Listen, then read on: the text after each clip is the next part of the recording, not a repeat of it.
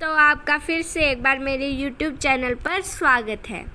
दुनिया के अलग अलग इलाकों में लोग कई तरह के रीति रिवाज को मानते हैं और अजीबोगरीब तरीक़ों से उत्सव मनाते हैं। लेकिन आज हम आपको एक ऐसे त्यौहार के बारे में बताएंगे जो लाशों के साथ मनाया जाता है। जी हाँ, इस त्यौहार के बारे में जानकर आपको थोड़ा अजीब ज़रूर लग रहा होगा, लेकिन यह बात बिल्कुल सही है। इंडोनेशिया की एक खास जनजाति इस त्यौहार को मानती है, जिसे मा नेने फेस्टिवल के तौर पर मनाया जाता है। मा नेने फेस्टिवल की शुरुआत आज से लगभग 100 साल पहले हुई थी। इसे मानने के पीछे बरप्पू गांव के लोग एक बहुत ही रोमांचक कहानी सुनाते हैं।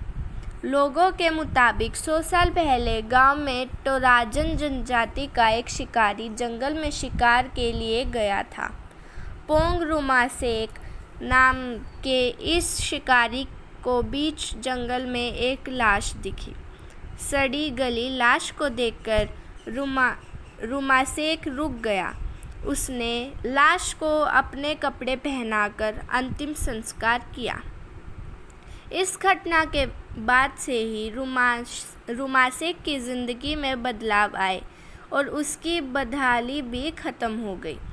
इसके बाद से ही टोराजन जनजाति के लोगों में अपने पूर्वजों की लाश को सजाने की प्रथा शुरू हो गई। मान्यता है कि लाश की देखभाल करने पर पूर्वजों की आत्माएं आशीर्वाद देती हैं। इस त्यौहार को मानने की शुरुआत किसी के मरने के बाद से ही शुरू होती है।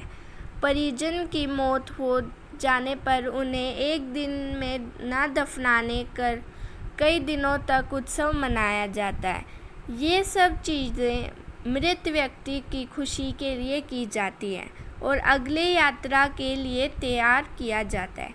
इस यात्रा को पुया कहा जाता है। इस त्यौहार के दौरान परिजन बैल और भैंसे जैसे जानवरों को मारते हैं और उनके सींगों से मृतक का घर सजाते हैं। मान्यता है कि जिनके घर पर जितनी सींगें लगी होंगी, अगली यात्रा में उसे उतना ही सम्मान मिलेगा। फिर बाद में लोग मृतक को ज़मीन में दफनाने की जगह लकड़ी के ताबूत में बंद करके गुफाओं में रख देते हैं। अगर किसी शिशु या 10 साल से कम उम्र के बच्चे की मौत हो तो उसे पेड़ की दरारों में रख दिया जाता है। मृतक के शरीर को कई दिन तक सुरक्षित रखने के लिए कई अलग अलग तरह के कपड़ों में लपेटा जाता है। मृतक को कपड़े ही नहीं बल्कि फैशनेबल चीज़ों से भी सजाया जाता है। सजाने धजाने के बाद लोग मृतक को लकड़ी के ताबूत में बंद कर पहाड़ी गुफा में रख देते हैं। साथ ही लकड़ी का एक पुतला उसकी रक्षा करने के लिए रखा जाता है, जिसे ताऊ ताऊ कहते हैं। ऐसा माना जाता है कि ताबूत के अंदर रखा शरीर मरा नहीं है बल्कि बीमार है और जब तक वो सोया हुआ है उसे सुरक्षा चाहिए होगी। हर 3 साल पर लाशों को फिर से बाहर निकाला जाता है और उसे दोबारा नए कपड़े पहनाकर तैयार किया जाता है।